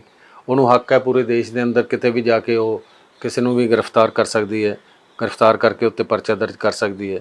ਉਹ ED ਦੇ ਰਾਹੀਂ ਆਪਦੇ ਵਿਰੋਧੀਆਂ ਨੂੰ ਖਤਮ ਕਰ ਰਹੀ ਹੈ। ਉਹ ਇਹ ਕਹਿੰਦੀ ਹੈ ਕਿ ਦੇਸ਼ ਦੇ ਅੰਦਰ ਇੱਕੋ ਬੋਲੀ ਚੱਲੂਗੀ, ਇੱਕੋ ਭਾਸ਼ਾ ਜਿਹੜੀ ਉਹ ਪੜ੍ਹੀ ਜਾਊਗੀ ਉਹ ਹਿੰਦੀ ਹੋਊਗੀ। ਉਹ ਚਾਹੁੰਦੀ ਹੈ ਕਿ ਇਸ ਦੇਸ਼ ਦੇ ਅੰਦਰ ਇੱਕੋ ਹੀ ਪੁਲਿਸ ਹੋਊਗੀ, ਉਹਦੀ ਇੱਕੋ ਹੀ ਵਰਦੀ ਹੋਊਗੀ। ਕਿ ਇਹ ਅਸਲ ਦੇ ਵਿੱਚ ਸਾਰਾ ਕੁਝ ਜਿਹੜਾ ਕੀਤਾ ਜਾ ਰਿਹਾ ਹੈ, ਇਹ ਫੈਡਰਲ ਢਾਂਚੇ ਨੂੰ ਖਤਮ ਕਰਕੇ, ਜਿਹੜਾ ਰਾਜਾਂ ਦੇ ਅਧਿਕਾਰ ਹੈ ਉਹਨਾਂ ਨੂੰ ਖਤਮ ਕਰਕੇ ਇਹ ਸੈਂਟਰਲਾਈਜ਼ ਕਰਨਾ ਹੈ, ਇੱਕ ਹੱਥ ਦੇ ਵਿੱਚ ਸਾਰਾ ਕੰਟਰੋਲ ਕਰਨਾ ਹੈ। ਇਸ ਦੇਸ਼ ਨੂੰ ਇੱਕ ਤਾਨਾਸ਼ਾਹ ਦੇ ਕਬਜ਼ੇ 'ਚ ਲੈ ਕੇ ਜਾਣਾ ਹੈ। ਔਰ ਤਾਨਾਸ਼ਾਹ ਦਾ ਨਾਂ ਜਰਮਨ ਦੇ ਅੰਦਰ ਹਿਟਲਰ ਸੀ, ਇੱਥੇ ਉਹ ਮੋਦੀ ਹੈ। ਇਹ ਜਿਹੜਾ ਯੂਨੀਫਾਰਮ ਸਿਵਲ ਕੋਡ ਲਿਆਂਦਾ ਹੈ, ਇਹਦੇ 'ਚ ਵੀ ਇਹ ਹੈ ਕਿ ਇਸ ਦੇਸ਼ ਦੇ ਅੰਦਰ ਭਿੰਨ ਬੋਲੀਆਂ ਬੋਲਣ ਵਾਲੇ, ਭਿੰਨ ਮਰਿਆਦਾਵਾਂ ਮੰਨਣ ਵਾਲੇ, ਮਾਨਤਾਵਾਂ ਮੰਨਣ ਵਾਲੇ, ਧਰਮ ਮੰਨਣ ਵਾਲੇ, ਪਹਿਰਾਵਾ ਅੱਡ ਹੈ, ਖਾਣ ਪੀਣ ਅੱਡ ਹੈ, ਰਹਿਣ ਸਹਿਣ ਅੱਡ ਹੈ, ਉਹਨਾਂ ਦੀ ਵਰਤੋਂ ਵਿਹਾਰ ਅੱਡ ਹੈ, ਉਹਨਾਂ ਦੇ ਮਰਨ ਜੰਮਣ ਅੱਡ ਹੈ, ਉਹਨਾਂ ਦੇ ਵਿਆਹ ਸ਼ਾਦੀਆਂ ਦੇ ਜਿਹੜੇ ਸੰਕਲਪ ਨੇ ਉਹ ਅੱਡ ਨੇ। ਉਹ ਚਾਹੁੰਦਾ ਹੈ ਕਿ ਇਸ ਦੇਸ਼ ਦੇ ਅੰਦਰ ਇੱਕ ਸਿਵਲ ਕੋਡ ਲਾਗੂ ਹੋਵੇ ਜਿਹਦੇ 'ਚ ਆਨੰਦ ਮੈਰਿਜ ਐਕਟ ਵੀ ਖਤਮ ਹੋ ਜਾਏ। ਇਹ 'ਚ ਜਿਹੜੇ ਕ੍ਰਿਸਚਨ ਜਾ ਕੇ ਗਿਰਜਾ ਘਰਾਂ ਦੇ ਅੰਦਰ ਈਸਾ ਮਸੀਹ ਦੀ ਸੂਲੀ ਦੇ ਸਾਹਮਣੇ ਉਹ ਉਥ ਲੈਂਦੇ ਆ, ਇੱਕ ਦੂਜੇ ਨੂੰ ਪਰਨਾਉਂਦੇ ਆ, ਉਹ ਖਤਮ ਹੋ ਜੇ। ਜਿਹੜੇ ਨਿਕਾਹ ਹੁੰਦੇ ਮੁਸਲਮਾਨਾਂ ਦੇ ਉਹ ਖਤਮ ਹੋ ਜਾਣ। ਇੱਥੇ ਸਿਰਫ ਹਿੰਦੂ ਮੈਰਿਜ ਐਕਟ ਲਾਗੂ ਹੋਵੇ, ਉਹਦੇ ਮੁਤਾਬਕ ਹੀ ਸਾਰਾ ਕੁਝ ਚੱਲੇ। ਤੇ ਹੁਣ ਰੌਲਾ ਪਿਆ ਨਾ, ਜਦੋਂ ਮਿਜ਼ੋਰਮ ਦੇ ਮੇਘਾਲਿਆ ਦੇ ਅੰਦਰ ਉੱਥੋਂ ਦੇ ਇਹਨਾਂ ਦੀ ਗੱਠਜੋੜ ਦੀਆਂ ਸਰਕਾਰਾਂ ਦੇ ਮੁੱਖ ਮੰਤਰੀਆਂ ਨੇ ਕਿਹਾ ਕਿ ਸਾਡੇ ਸੂਬਿਆਂ ਦੇ ਅੰਦਰ ਇਹ ਤੇਰਾ ਜਿਹੜਾ UCC ਹੈ ਲਾਗੂ ਨਹੀਂ ਹੋਣਾ, ਕਿਉਂਕਿ ਜੇ ਲਾਗੂ ਕਰੇਗਾ ਤਾਂ ਲੋਕ ਸਾਰੇ ਭਾਜਪਾ ਦੇ ਉਲਟ ਹੋ ਜਾਣਗੇ। ਭਾਵੇਂ ਇਹਦੇ 'ਤੇ ਇੱਕ ਲਾ ਕਮਿਸ਼ਨ ਦੀ ਉਹਨੇ ਸਪੈਸ਼ਲ ਕਮੇਟੀ ਬਣਾਈ, ਇਹਦੇ 'ਤੇ ਆਪਣੇ ਮੰਤਰੀਆਂ ਦੀ ਡਿਊਟੀ ਲਾਈ, ਤੇ ਹੁਣ ਇਹ ਕਹਿਣਾ ਪਿਆ ਇਹਨਾਂ ਦੇ ਮੰਤਰੀਆਂ ਨੂੰ ਕਿ ਇਹਨਾਂ 7 ਸਟੇਟਾਂ ਦੇ ਅੰਦਰ ਅਸੀਂ ਇਹ ਕਾਨੂੰਨ ਲਾਗੂ ਨਹੀਂ ਕਰਾਂਗੇ, ਕਿਉਂਕਿ ਉੱਥੇ ਆਪ ਦਾ ਰਾਜ ਕਾਇਮ ਕਰਨ ਦਾ ਮਜਬੂਰੀ ਹੈ। ਇਹ ਉੱਥੇ ਲਾਗੂ ਕਰਨਗੇ ਜਿੱਥੇ ਮੁਸਲਮਾਨ ਨੇ। ਹੁਣ ਇਸ ਦੇਸ਼ ਦੇ ਅੰਦਰ ਮੁਸਲਮਾਨਾਂ ਦਾ ਰਹਿਣ ਸਹਿਣ, ਪਹਿਰਾਵਾ, ਸਾਰਾ ਕੁਝ, ਖਾਣ ਪੀਣ, ਸਾਰਾ ਕੁਝ ਅਲੱਗ ਹੈ। ਇਹਦਾ ਮਤਲਬ ਹੈ ਕਿ ਤੁਸੀਂ ਉਹਨਾਂ ਨੂੰ ਉਸ ਮੋਰੀ 'ਚ ਲੰਘਾਉਣਾ ਚਾਹੁੰਦੇ ਹੋ ਜਿਹੜੀ ਮੋਰੀ ਮੋਦੀ ਦੇ ਫਿੱਟ ਹੈ, ਜਿਹੜੀ ਮੋਰੀ RSS ਦੇ ਭਾਗਵਤ ਦੇ ਇਹਨਾਂ ਫਾਸ਼ੀਆਂ ਦੇ ਫਿੱਟ ਆਉਂਦੀ ਹੈ। ਇਹ ਲੋਕ ਕਦੋਂ ਸਹਿਣ ਕਰਨਗੇ? ਕਦਾਚਿਤ ਸਹਿਣ ਨਹੀਂ ਕਰਨਗੇ। ਬਿਲਕੁਲ ਤੁਹਾਡੀ ਗੱਲ ਠੀਕ ਹੈ ਖੰਨਾ ਜੀ। ਮੈਂ ਇੱਕ ਗੱਲ ਹੋਰ ਜਾਣਨਾ ਚਾਹੁੰਦਾ ਜਾਂ ਪੁੱਛਣਾ ਚਾਹੁੰਦਾ ਕਿ ਕੁਛ ਚੀਜ਼ਾਂ ਜਿਵੇਂ ਆਪਾਂ ਮਣੀਪੁਰ ਦੀ ਗੱਲ ਕਰਦੇ ਹਾਂ, ਜਿਹੜੀ ਮਣੀਪੁਰ ਦੇ ਵਿੱਚ ਘਟਨਾ ਵਾਪਰੀ ਹੈ ਨਾ, ਅਤੇ ਹੁਣ ਮਤਲਬ ਇੱਕ ਦਹਿਸ਼ਤ ਜਿਹੜੀ ਹੈਗੀ ਆ ਉਹ ਮਿਜ਼ੋਰਮ ਦੇ ਵਿੱਚ ਵੀ ਪੈਦਾ ਕੀਤੀ ਜਾ ਰਹੀ ਹੈ। ਜਿਵੇਂ ਉੱਥੋਂ ਵੀ ਜਿਹੜੇ ਮਤਈ ਫਿਰਕੇ ਦੇ ਲੋਕ ਸੀ ਉਹਨਾਂ ਨੇ ਪਲਾਨ ਕੀਤਾ ਹੈ, ਉਹ ਮਣੀਪੁਰ ਨੂੰ ਆਇਆ। ਮਤਲਬ ਇੱਕ ਪਲਾਨ ਢੰਗ ਨਾਲ ਜਿਹੜੀ ਆ ਉਹ ਦਹਿਸ਼ਤ ਪੈਦਾ ਕੀਤੀ ਜਾ ਰਹੀ ਹੈ। ਔਰ ਇੱਕ ਇਹ ਵੀ ਮਤਲਬ ਪੜ੍ਹਨ ਦੇ ਵਿੱਚ ਆਇਆ ਕਿ ਉਹਨਾਂ ਨੇ ਕੁਝ ਹਿੱਸਿਆਂ ਦੇ ਵਿੱਚੋਂ ਜਿਹੜਾ ਅਪਸਵਾ ਸੀ ਉਹ ਹਟਾ ਦਿੱਤਾ ਹੈ, ਮਤਲਬ ਉਹਦੇ ਵਿੱਚੋਂ ਉਹ ਕਾਨੂੰਨ ਉਹਦੇ 'ਚੋਂ ਚੱਕ ਦਿੱਤਾ ਹੈ। ਇਹਦਾ ਕੀ ਮਤਲਬ? ਉਹ ਉੱਥੋਂ ਚੱਕਿਆ ਹੈ ਜਿੱਥੇ ਭਾਜਪਾ ਦੇ ਪੱਖ ਦੇ ਲੋਕ ਰਹਿੰਦੇ ਨੇ, ਮਤਈ ਲੋਕਾਂ ਦੇ ਇਲਾਕੇ 'ਚੋਂ ਚੱਕਿਆ ਅਪਸਪਾ। ਪਰ ਪਹਾੜੀਆਂ ਦੇ ਵਿੱਚ ਜਿੱਥੇ ਕੁੱਕੀ ਲੋਕ ਰਹਿੰਦੇ ਉੱਥੇ ਅਪਸਪਾ ਖਤਮ ਨਹੀਂ ਕੀਤਾ।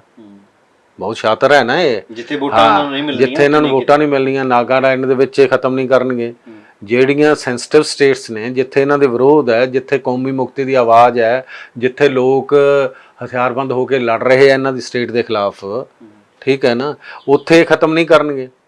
ਅਸੀਂ ਇਹ ਸਮਝਦੇ ਹਾਂ ਕਿ ਉਹਨਾਂ ਰਾਜਾਂ ਨੂੰ ਜਿਹੜੇ ਵਰ੍ਹਿਆਂ ਤੋਂ ਇਸ ਗੱਲ ਦੀ ਲੜਾਈ ਲੜ ਰਿਹਾ ਹੈ ਕਿ ਸਾਡੀ ਭੂਮੀ ਅੱਡ ਹੈ, ਸਾਡਾ ਸੱਭਿਆਚਾਰ ਅੱਡ ਹੈ, ਸਾਡਾ ਖਾਣ ਪੀਣ ਅੱਡ ਆ, ਸਾਡੇ ਰਸਮ ਰਿਵਾਜ ਅੱਡ ਨੇ, ਸਾਡੀ ਬੋਲੀ ਅੱਡ ਆ, ਸਾਡੀ ਮੰਡੀ ਅੱਡ ਹੈ, ਅਤੇ ਸਾਡੀ ਜਿਹੜੀ ਕੌਮ ਅੱਡ ਹੈ, ਮਿਜ਼ੋ ਕੌਮ ਹੈ, ਨਾਗਾ ਕੌਮ ਹੈ, ਉਹ ਅੱਡ ਸਟੇਟ ਚਾਹੁੰਦੇ ਆ। ਇਹ ਉਹਨਾਂ ਦਾ ਡੈਮੋਕ੍ਰੈਟਿਕ ਰਾਈਟ ਹੈ। ਰੂਸ ਦੇ ਅੰਦਰ ਕਿੰਨੀਆਂ ਕੌਮਾਂ ਸੀਗੀਆਂ, ਜਦੋਂ ਅੱਡ ਹੋਈਆਂ ਤਾਂ ਉਹਨਾਂ ਨੇ ਅੱਡ ਅੱਡ ਮੁਲਕ ਬਣਾ ਲਏ। ਇਹ ਸਾਡੇ ਮੁਲਕ ਦੇ ਅੰਦਰ ਕਿਉਂ ਨਹੀਂ ਜਮਹੂਰੀਅਤ ਹੈ? ਠੀਕ ਹੈ, ਜੇ ਤੁਸੀਂ ਧੱਕੇ ਨਾਲ ਕਿਸੇ ਨੂੰ ਨਾ ਰੜ ਕੇ ਰੱਖੋਗੇ ਤਾਂ ਕਸ਼ਮੀਰ ਦੇ ਵਿੱਚ ਠੰਡ ਹੋਊਗੀ। ਉੱਥੇ ਤੁਸੀਂ ਯੂਟੀ ਬਣਾਤੀ, ਉੱਥੇ ਆਪਦਾ ਗਵਰਨਰ ਲਾਤਾ, ਉੱਥੇ ਤੁਸੀਂ ਜਿਹੜੇ ਉੱਥੋਂ ਦੇ ਮੁਸਲਿਮ ਨੇ ਉਹਨਾਂ ਨੂੰ ਤੁਸੀਂ ਹੱਕ ਦੇਤੇ। ਆ ਪਿੱਛੇ ਜੇ 39 ਦੇ ਕਰੀਬ ਮੁਸਲਿਮ ਕਰਮਚਾਰੀ ਇਹਨਾਂ ਨੇ ਨੌਕਰੀਆਂ ਤੋਂ ਹਟਾਇਆ, ਜਿਨ੍ਹਾਂ 'ਤੇ ਇਹਨਾਂ ਨੂੰ ਸ਼ੱਕ ਹੋ ਗਿਆ ਕਿ ਸਾਡੇ ਖਿਲਾਫ ਬੋਲਣ ਵਾਲੇ ਨੇ। ਤੁਸੀਂ ਉਹਨਾਂ ਨੂੰ ਡਿਸਮਿਸ ਕਰ ਰਹੇ ਹੋ ਨੌਕਰੀਆਂ ਤੋਂ। ਤੁਸੀਂ ਅਸਲ ਸਮੱਸਿਆ ਕੀ ਕਸ਼ਮੀਰ ਦੀ, ਨਾਗਾ ਦੀ, ਮਿਜ਼ੋਰਮ ਦੀ, ਮਨੀਪੁਰ ਦੀ, ਹੁਣ ਤਾਂ ਤੁਸੀਂ ਫੜ ਨਹੀਂ ਰਹੇ। ਤੁਹਾਡੀ CRP ਇੱਕ ਔਰਤ ਨੂੰ ਫੜ ਕੇ ਉਹਦੇ ਨਾਲ ਸਮੂਹਕ ਬਲਾਤਕਾਰ ਕਰਦੇ। ਹੁਣ ਵੀ ਕੀ ਹੋਇਆ? ਮੈਂ ਤਾਂ ਸੁਣ ਕੇ ਹੈਰਾਨ ਹਾਂ ਕਿ ਇਹ ਸਮੂਹਕ ਬਲਾਤਕਾਰ ਦੇ ਵਿੱਚ 100-150 ਬੰਦਾ ਲਾਈਨ ਲਾਈ ਖੜਾ, ਡੁੱਬ ਕੇ ਨਹੀਂ ਮਰ ਜਾਓ, ਧਰਤੀ ਤੁਹਾਨੂੰ ਨਿਗਲ ਨਾ ਜਾਵੇ। ਉਹਦੇ 'ਚ ਬੁੜੇ ਵੀ ਨੇ।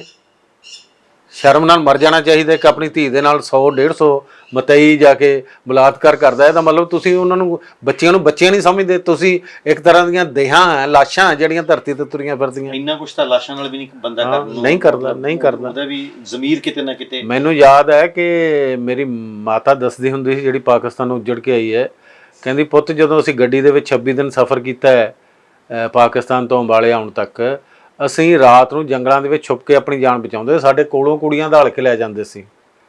ਉਦੋਂ ਵੀ 47 ਦੇ ਵਿੱਚ ਵੀ ਅੰਮ੍ਰਿਤਸਰ ਦੇ ਹਾਲ ਬਾਜ਼ਾਰ ਦੇ ਵਿੱਚ ਮੁਸਲਮਾਨ ਬੱਚੀਆਂ ਨਿਰਵਸਤਰ ਕਰਕੇ ਭਾਜੀ ਗੁਰਸ਼ਨ ਸਿੰਘ ਸਾਡੇ ਪਲਸ ਮੰਚ ਦੇ ਪ੍ਰਧਾਨ ਨੂੰ ਦੱਸਦੇ ਸੀ ਕਿ ਮੈਂ ਆਪਦੀ ਭੈਣ ਦੇ ਨਾਲ ਜਾ ਕੇ ਉਹਦੀ ਚੁੰਨੀ ਲੈ ਕੇ ਉਹਨਾਂ ਦੇ ਸਰੀਰ ਕੱਜੇ ਸੀ। ਅੱਖੀਂ ਦੇਖ ਕੇ ਆਇਆ ਸੀ। ਆਪ ਅੱਖੀਂ ਦੇਖਿਆ। ਇੱਥੇ ਸਾਡੇ ਜਗਰਾਉਂ ਦੇ ਨਾਰਕਲੀ ਬਾਜ਼ਾਰ ਦੇ ਵਿੱਚ ਇੱਥੇ ਮੁਸਲਮਾਨ ਧੀਆਂ ਦੇ ਨੰਗੀਆਂ ਦੇ ਜਲੂਸ ਕੱਢੇ ਗਏ ਆ।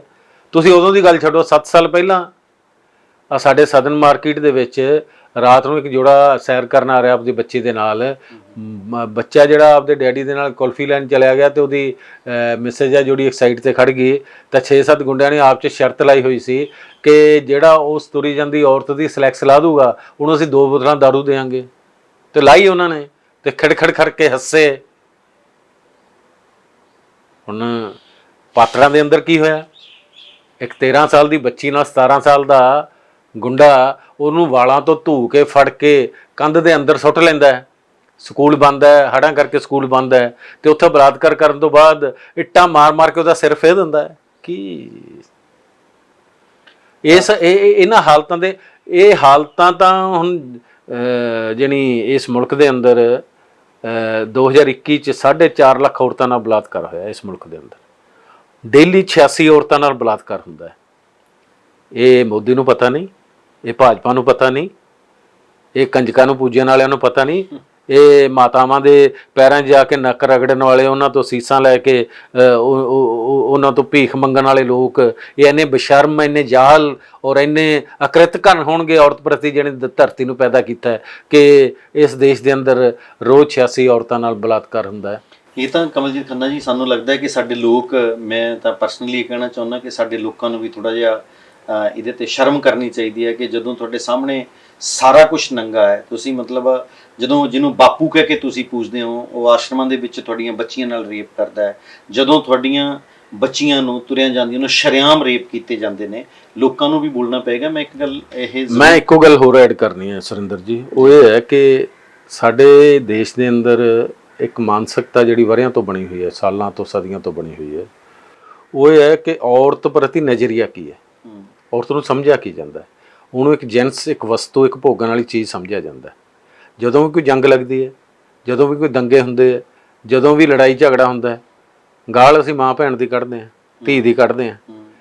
ਠੀਕ ਹੈ, ਜਦੋਂ ਵੀ 47 ਵਾਪਰਿਆ, 84 ਵਾਪਰਿਆ, 2002 ਵਾਪਰਿਆ, ਜਦੋਂ ਵੀ ਜੰਗਾਂ ਦੇ ਵਿੱਚ, ਵਰਲਡ ਵਾਰਸ ਦੇ ਵਿੱਚ ਵੀ ਔਰਤਾਂ ਨੂੰ ਵਰਲਡ ਵਾਰ ਜਾਣੀ ਔਰਤ ਨੂੰ ਇੱਕ ਸੰਦ ਦੇ ਤੌਰ ਤੇ, ਕਿਉਂਕਿ ਉਹ ਵੀਕ ਹੈ, ਉਹ ਕਮਜ਼ੋਰ ਹੈ, ਉਹਦੇ 'ਚ ਮਰਦ ਜਿੰਨੀ ਤਾਕਤ ਨਹੀਂ ਹੈ। ਪਰ ਅਸੀਂ ਹੁਣ ਇਹ ਮਹਿਸੂਸ ਕਰਦੇ ਹਾਂ ਕਿ ਹੌਲੀ ਹੌਲੀ ਸਾਡੀਆਂ ਧੀਆਂ ਵੀ ਮਜ਼ਬੂਤ ਹੋ ਰਹੀਆਂ। ਉਹਨਾਂ ਨੂੰ ਹੋਣਾ ਪਏਗਾ, ਉਹਨਾਂ ਨੂੰ ਆਪਣੀ ਰਾਖੀ ਲਈ ਖੁਦ ਤਿਆਰ ਹੋਣਾ ਪਊਗਾ। ਔਰ ਇੱਕ ਜਿਹੜੀ ਲਹਿਰ ਹੈ ਦੇਸ਼ ਦੇ ਅੰਦਰ, ਇੱਕ ਲੋਕ ਲਹਿਰ, ਇਨਕਲਾਬੀ ਲਹਿਰ, ਉਹੀ ਇਹਨਾਂ ਸਾਰੀਆਂ ਹਮਲਿਆਂ ਨੂੰ ਠੱਲ ਪਾ ਸਕਦੀ ਹੈ।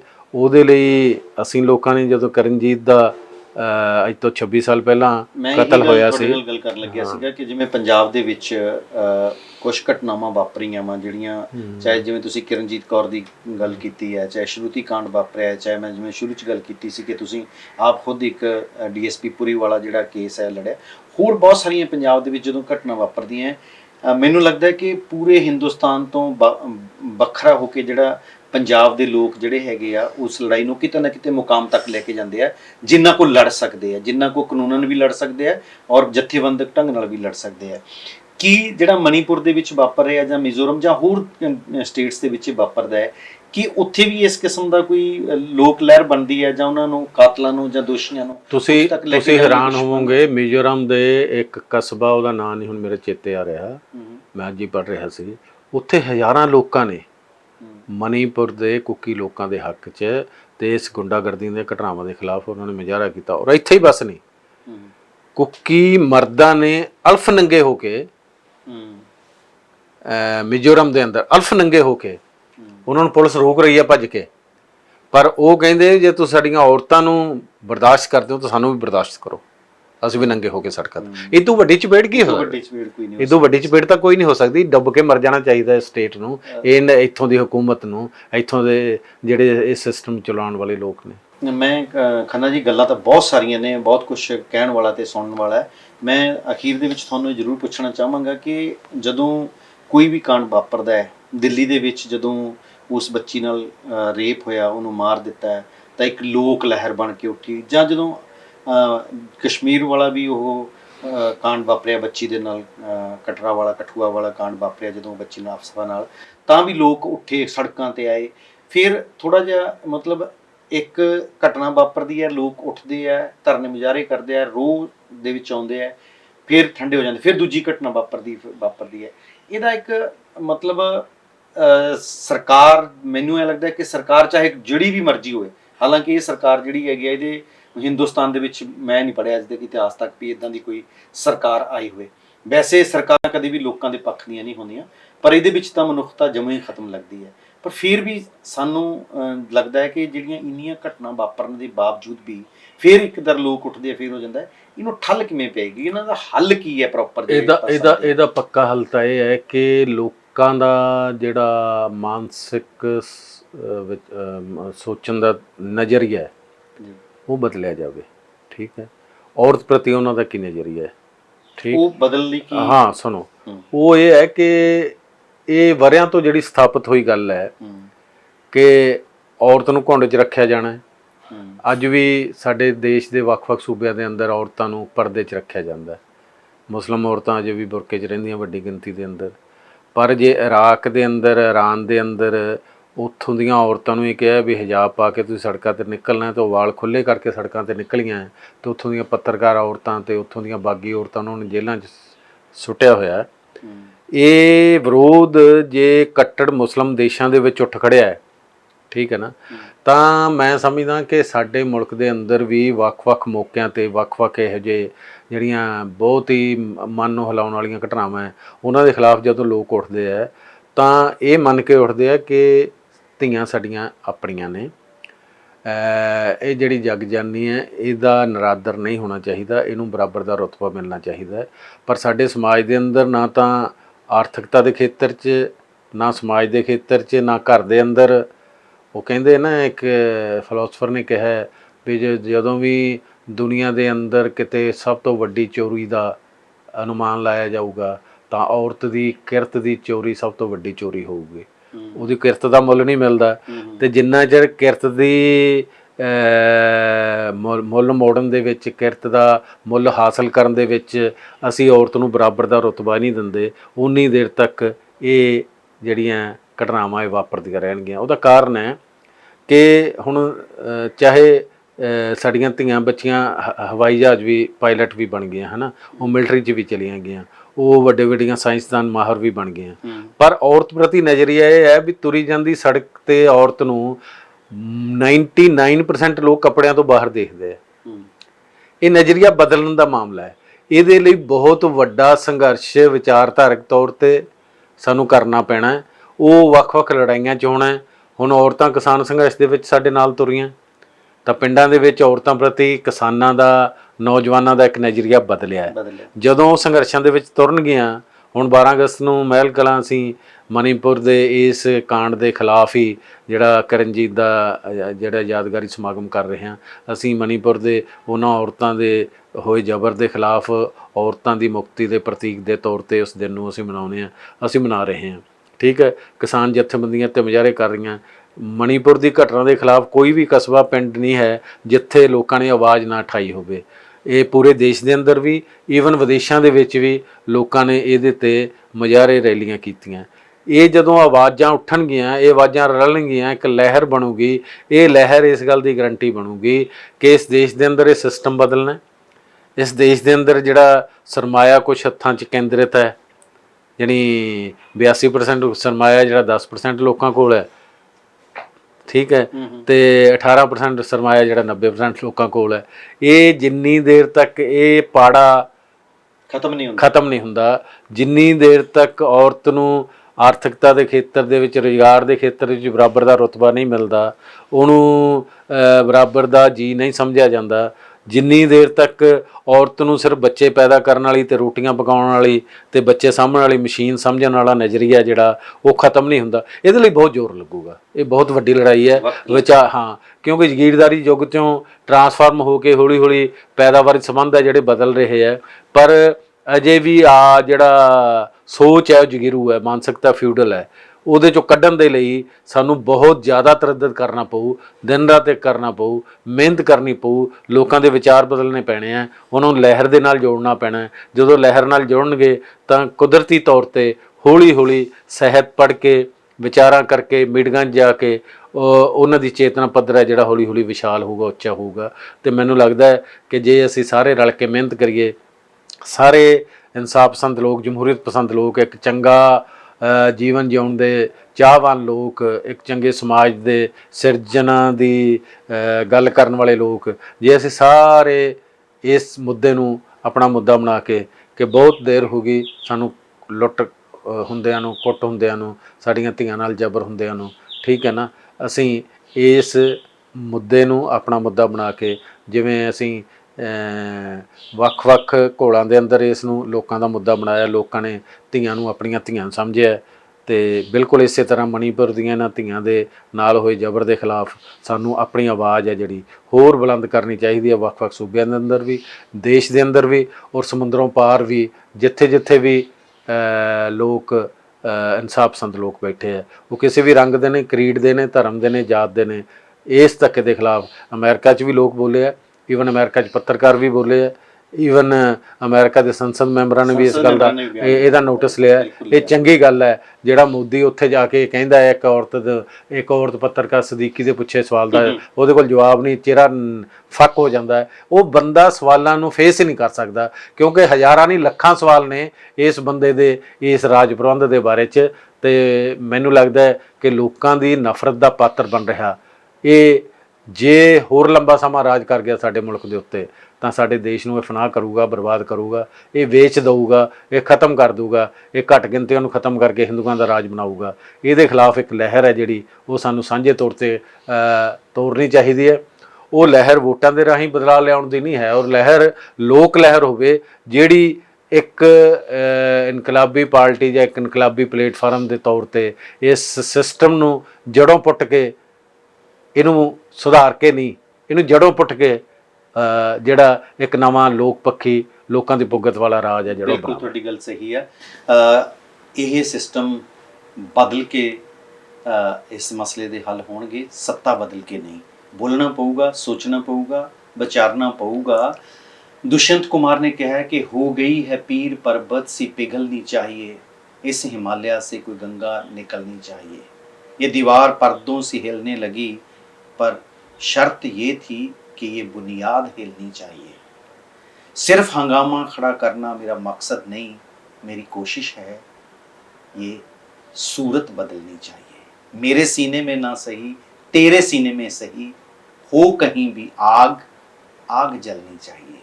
सो दुष्यंत कुमार दी इन्हां लाइनां दे नाल बहुत बड़े सवाल तुहाडे नाल कि अज हिंदुस्तान किस कागार ते पहुंच चुका है। ਅੱਜ ਸਾਡੀਆਂ ਧੀਆਂ ਬੱਚੀਆਂ ਨਾਲ ਹੁੰਦੇ ਧੱਕੇ, ਇਹਨਾਂ ਲਈ ਜ਼ਿੰਮੇਵਾਰ ਕੌਣ ਹੈ?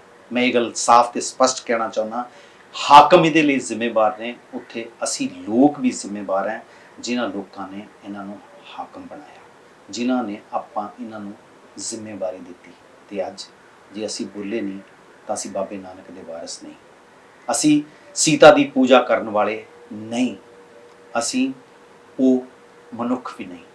ਆਓ ਸੋਚੀਏ ਵਿਚਾਰੀਏ, ਇਹ ਨਾ ਸਮਝੀਏ ਕਿ ਜੇ ਵੱਜੀ ਤੇਰੇ ਕਾਲਜੇ ਛੁਰੀ ਨਹੀਂ ਤਾਂ ਇਹ ਨਾ ਸਮਝ ਕਿ ਸ਼ਹਿਰ ਦੀ ਹਾਲਤ ਬੁਰੀ ਨਹੀਂ। ਸ਼ਹਿਰ ਦੀ ਹਾਲਤ ਬੁਰੀ ਹੈ। ਵਿਚਾਰੀਏ, ਸੋਚੀਏ। ਤੁਹਾਡਾ ਬਹੁਤ ਬਹੁਤ ਧੰਨਵਾਦ, ਸ਼ੁਕਰੀਆ ਕਰਨਾ।